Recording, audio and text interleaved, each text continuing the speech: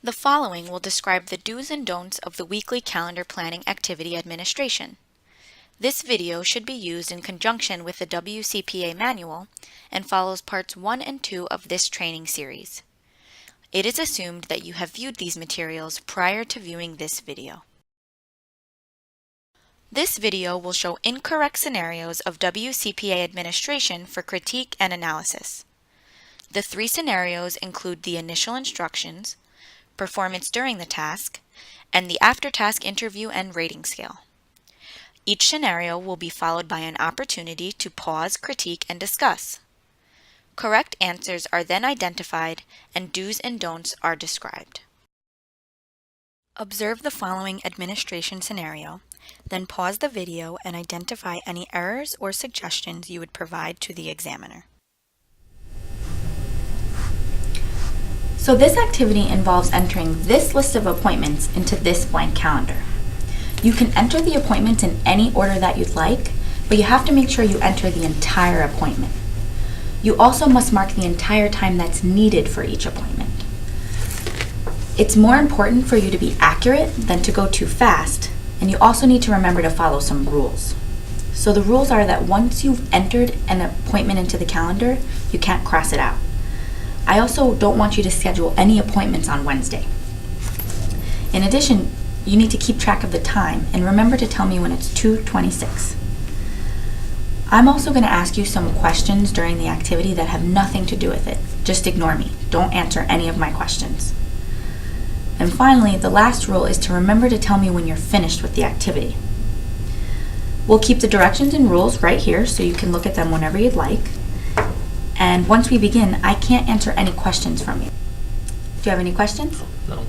Okay, you can begin. Critique the previous performance and identify any errors or suggestions that you would provide to the examiner. Let's review some do's and don'ts to consider when presenting the client with the initial instructions. Remember to set up the assessment in a well-lit environment free of clutter and distractions. Set up the assessment materials according to page 10 of the WCPA manual. Provide a complete and accurate description of the rules and directions. Use the examiner directions for all levels found on page 10 and 11 of the manual. It is very important that the client fully understands the task demands. Fill in the free day and time directly on the instruction sheet. Place examples in front of the client and physically point when providing instructions. Ask the client to restate and review before beginning. Do not rush through the instructions. Speak clearly and slowly to ensure that the client understands the directions and rules. Observe the following scene, pause the video, and then discuss and critique.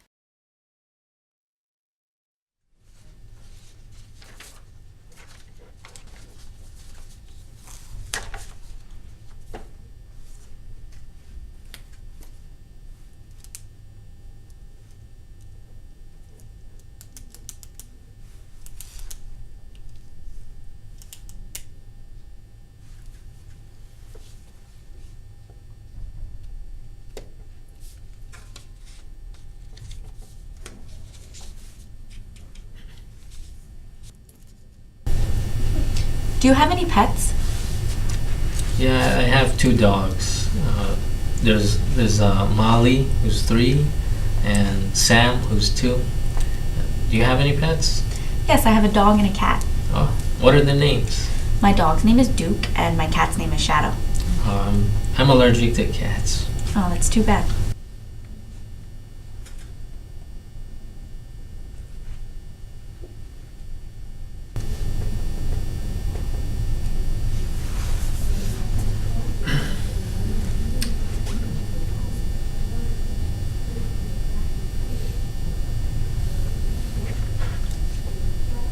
You know, it could be easier if you use your finger to help you keep track of where you're putting appointments. Okay.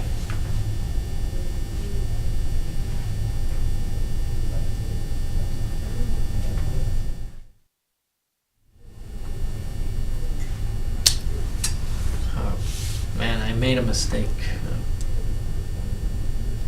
What do I do? Well, remember to look here for the rules, okay?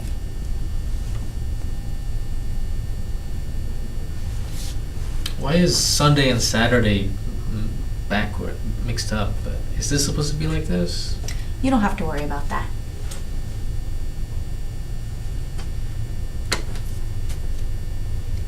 Okay, I'm done.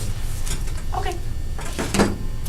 Critique the previous performance and identify any errors or suggestions you would provide to the examiner. The following are errors in administration. The examiner engaged in conversation with the client during the task. The examiner provided cues to the client during the task. The examiner took out their phone and used it during administration, failing to observe important features of client performance. Let's review some do's and don'ts to consider during the task. Record the time the client enters the first appointment and time of completion. Observe and record all observations of performance. It is important to pay close attention to the client for the duration of the task. Remember to ask the 3 distracting questions and record responses. It may be helpful to make notes with information such as question 1 at 2 minutes, question 2 at 5 minutes, and question 3 at 7 minutes as a reminder. It is highly encouraged that the examiner uses the observation sheet. This often helps when scoring entered appointments. Do not answer clients' questions after you have said, "Let's begin." Do not engage in conversation with the client. Answer them minimally. Do not cue them to return to the task. Observe how long it takes the client to return to the task. Observe the following scenario, pause the video, and then critique and make suggestions for the examiner. So how do you go about keeping track of your own errands and appointments? I keep them in my calendar. Tell me how you went about doing this task. Yeah, I just put marks on my sheet to help me keep track. Okay. Did you encounter any challenges or difficulties while doing this task? It was a little tricky, but it wasn't difficult. Would you do anything differently next time? No. I could just be more careful. Now I just want to ask you some questions about how you felt about doing this activity. You can answer by choosing agree, somewhat disagree, or disagree. This task was easy for me. Agree. I used efficient methods to complete this task. Agree. I completed this task accurately. Somewhat agree. I kept track of everything I needed to do. Agree. Okay, could you estimate about how much time it took you to complete this task? Maybe about 8 minutes. 10 appointments needed to be entered into the calendar. Estimate the number of appointments that you entered accurately into the calendar. I think I got about 9, right? Okay, we're all done. Thank you. Critique the previous performance and identify any errors or suggestions that could be provided to the examiner. The following is an error in administration. The client responds with 1 to 2 word answers and the examiner did not probe further. Let's review some do's and don'ts to consider during the after-task interview. When handwriting difficulties are observed or something on the calendar is not clear, it is helpful to verbally probe after the task.